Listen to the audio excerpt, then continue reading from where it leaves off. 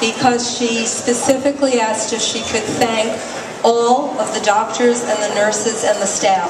And I'm sure that everyone in this room will agree that you don't just come into an ER, you don't just get up to an OR, you don't just get to a recovery room, to a surgical intensive care unit or burn unit with lots and lots of people taking care of you. The people in the labs, the people who do the imaging, all of the surgeons, many of them are here. So if you were involved in Megan's care, stand up. I expect just about everyone in the room to stand up. Come on, nurses over there. Pam Turner, come on. Anna Cassidy. Everyone here, all of our doctors, Dr. Tepperman, Dr. Lyon, who came here tonight. I saw Dr. Greenstein, Dr. Toro. Is that really Dr. Toro? He promised me he'd be here. So did we give you what you asked for? Okay, so I'm going to let you talk first, okay? You'll be fine. Good evening. My name is Megan D'Onofrio, and my husband is Robert D'Onofrio. He's here videotaping. We want to thank you for inviting us here tonight. When I was asked by Barbara, Hannah, and Janet to say a few words tonight, the first word that came to mind was faith. Faith. What it means to me is that I have hope for a healthy, fulfilling, long life. The definition of faith states that faith is being sure of what you hope for and certain of what you do not see. Everyone has some degree of faith. Some have faith in God, while others have faith in science. For some, it's their favorite sports team.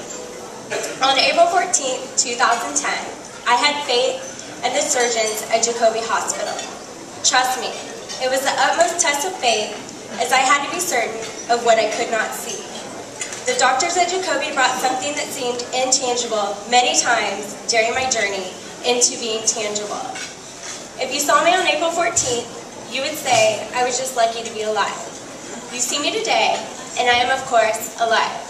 But my point is, I am functioning to a degree that many would say is impossible given my circumstances on April 14th.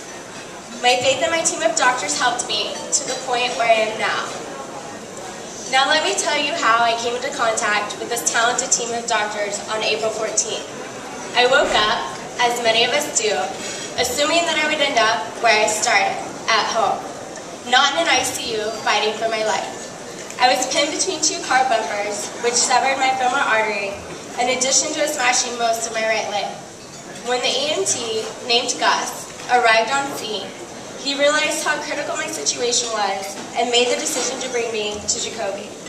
He could have easily taken me to the closest hospital, which was right across the street, but realized that going to Jacobi not only gave me a better chance of saving my life, but also gave me a fighting chance to keep my leg.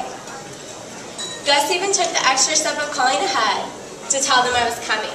He then explained to me that a bunch of people would be asking me all types of questions once the ambulance doors opened. I felt like I was on an episode of Grey's Anatomy. However, this time, I was not watching. It was all real life. Thankfully, the surgeons were not actors that day. Upon pulling up to the emergency room, the A team of surgeons were assembled and waiting for me. They knew it was go time in order to save my life and my leg. And they stepped up to the challenge in a way that surpassed any of my inner expectations.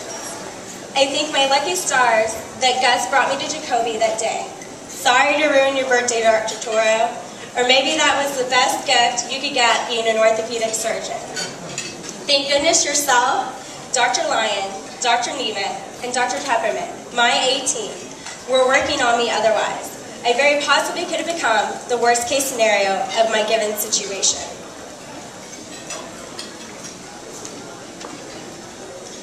The day of my first surgery, Dr. Toro explained what he was going to do with my leg and asked if I had any concerns.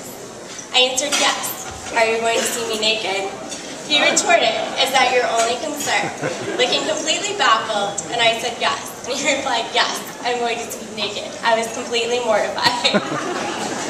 Each one of you acted as catalysts for the next move in my recovery. If one of you were not there, then I would surely not be where I am today. Your perseverance, attention to detail, and strive are surely unmatched by others in your field. I speak for the many people you help every day when I say you all have given me the opportunity to continue life as I have always known it. Thank you for having faith in me, knowing that I can fully embrace the gift your surgical skills gave me. One thing I've learned is that when you stay in a hospital for weeks on end, like I did, all the little things can either make or break your day. Even though I would be in pain after surgery, for example, asking for water and Gatorade after all 6 of my surgeries, the staff followed the post-surgery rules while making me feel comfortable with ice chucks.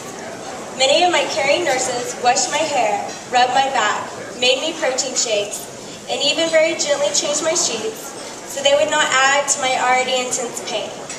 I would like to give thanks to all those people, a heartfelt thank you, by making my day doing those little things for me that were in the end huge things. That's Christina Rodriguez, Lisa, Monet Solomon, Dr. Conrad Yee, Samurai, Joe, Anderson, Winston, Kelly, Denise, Lynette, Josephine, Miss Christopher, Josie, and all of the others that helped care for me too. Considering the situation, my experience at Jacobi was as wonderful as it could be, and I should know, I was there for 8 weeks. I think my family may now own shares in Avon. Really though, the enormously talented team at Jacobi worked together to get me where I am today. I can very confidently say that the best medical care for conditions like mine is at Jacobi Medical Center, which is pioneered by people like Dr. Lyon, Dr. Toro, Dr. Nemeth, and Dr. Tepperman. I am honored to have met such a driven, passionate group of people. Thank you for supporting me in tragedy, and thank you all for having me come here tonight.